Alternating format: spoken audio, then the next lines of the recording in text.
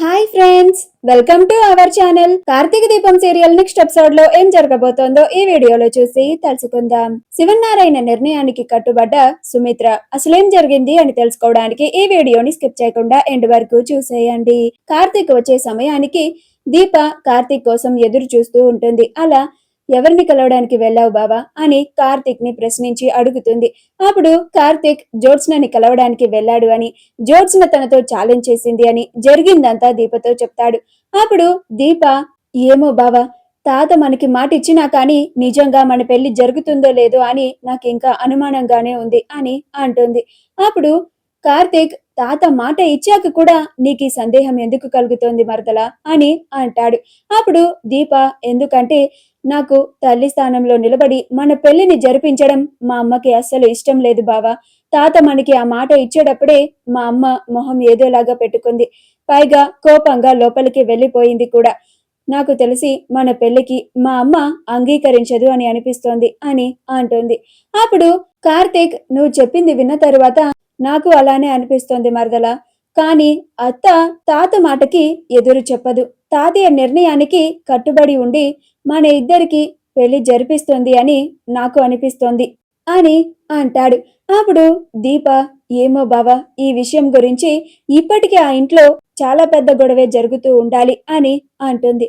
అప్పుడు కార్తీక్, అవును మరదలా అని అంటాడు. సుమిత్ర వేసుకునే లాంటి palak brass gold plated rose gold jewellery set మీకు కూడా కావాలా? అయితే వెంటనే స్క్రీన్ మీద డిస్ప్లే అవుతున్న షాపింగ్ ఐకాన్ ని కానీ డిస్క్రిప్షన్ లో ఉన్న లింక్ ని క్లిక్ చేసి కానీ వెంటనే మీ ఆర్డర్ ని ప్లేస్ చేసుకోండి. సుమిత్ర శివనారాయణ నిర్ణయానికి కట్టుబడి ఉండాలా లేక తనకిష్టం లేదు అని తేల్చి చెప్పేసి కార్తీక్ దీపలకి జరగబోయే పెళ్లిని ఆపించాలా, శివనారాయణ వెనక్కి తగ్గేలా చేయాలా అని ఆలోచిస్తూ ఉంటుంది. శివనారాయణ, దశరథ్, జ్యోత్స్న, పారిజాతంలో నలుగురు సుమిత్రని ఈ పెళ్లికి అంగీకరించమని చెప్తూ ఉంటారు. సుమిత్ర మాత్రం ఏమీ మాట్లాడకుండా కోపంగా ఆలోచిస్తూ ఉంటుంది. అప్పుడు శివనారాయణ, అమ్మ సుమిత్ర, నిన్ను మేమెవ్వరం బలవంత పెట్టడం లేదు.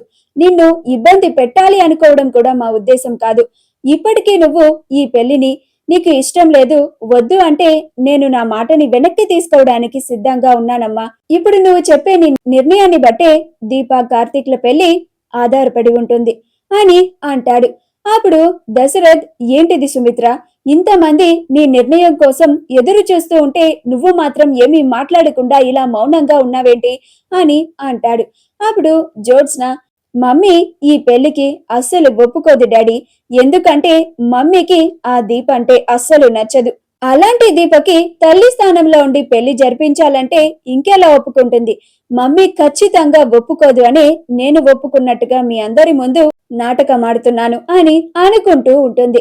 అప్పుడు పారిజాతం, ఏంటే జ్యోత్స్న, మీ అమ్మ ఇంతమంది చెప్పినా కానీ పెళ్లికి ఒప్పుకోవడం లేదేంటి? ఒప్పుకుంటుందంటావా లేక ఒప్పుకోదంటావా అని అంటూ ఉంటుంది. అప్పుడు సుమిత్ర, అలాగే మావయ్య గారు, మీ నిర్ణయానికి నేను కట్టుబడి ఉంటున్నాను. నా కారణంగా మీరంతా బాధపడడం నాకు అస్సలు ఇష్టం లేదు. నేను వద్దు అంటే మీరు వదిన, కార్తీక్, దీపాల ముందు తలదించుకొని మీ మాటని వెనక్కి తీసుకుంటున్నాను అని చెప్పాలి. మిమ్మల్ని ఆ పరిస్థితుల్లో ఉంచడం నాకంతకన్నా అస్సలు ఇష్టం లేదు మావయ్య గారు. అందుకే నేను ఇందాక నా కూతురు చెప్పినట్లుగా ఒక అనాథకి తల్లి స్థానంలో నిలబడి పెళ్లి చేస్తున్నాను అని అనుకుంటాను అని అంటుంది. అప్పుడు ఆ మాట వినగానే దశరథ్, శివనారాయణలు సుమిత్ర ఎలా అనుకున్నా కానీ కార్తీక్ దీపలు పెళ్లి చేయడానికి అంగీకరించింది అని చాలా సంతోషపడుతూ ఉంటారు. కానీ జ్యోత్స్న ఆశ్చర్యపోతుంది. మా వీడియో కనుక మీకు నచ్చినట్లయితే లైక్ చేయండి, షేర్ చేయండి, మా ఛానల్ ని సబ్స్క్రైబ్ చేసుకోండి, పక్కనే ఉన్న బెల్ ఐకాన్ ని క్లిక్ చేయడం మాత్రం మర్చిపోకండి.